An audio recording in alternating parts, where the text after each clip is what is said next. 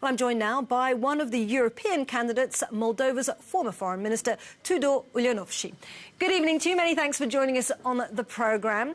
So, first things first. Now, give me a one-minute pitch as to why you should get this top job.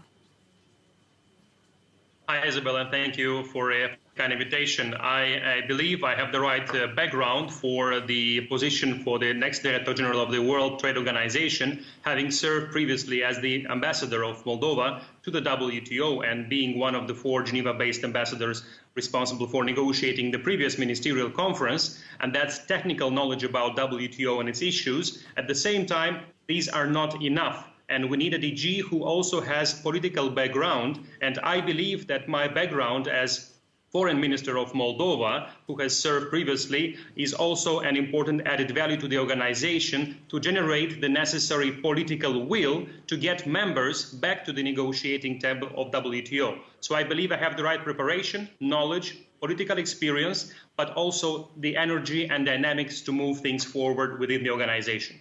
OK, so that's a convincing pitch, and I think you probably kept to the 1 minute. But that field is being whittled down this week. So why do you think you might get struck off the list?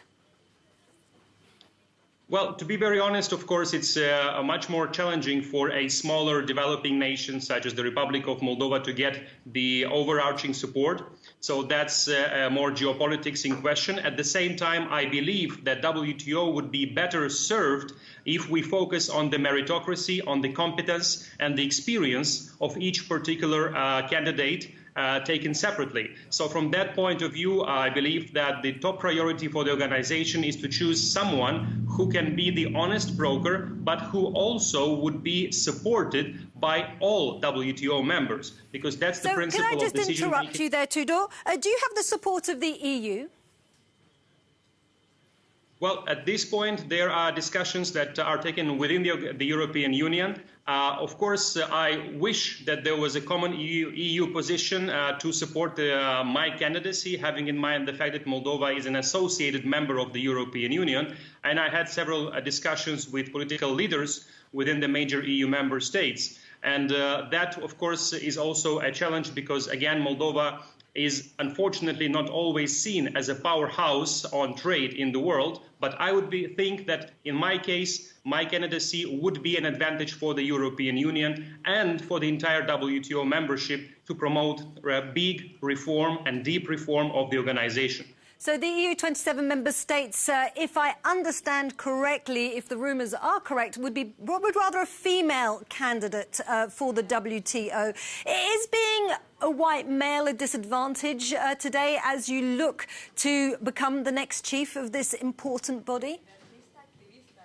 Well, first of all, I'm a very strong proponent of women empowerment and gender balance in every position within any organization, and I'm a member of International Gender Champions. At the same time, I would not look at race, gender, or ethnicity for the next Director General. So, in my opinion, first we have to put the merits and the competence, and then we have to look at the optional characteristics for the next Director General. And that, of course, in my case, I have declared openly that I would really strive for a more gender balance, 50-50 gender balance at the level of Deputy Director General of the organization. So I believe in that.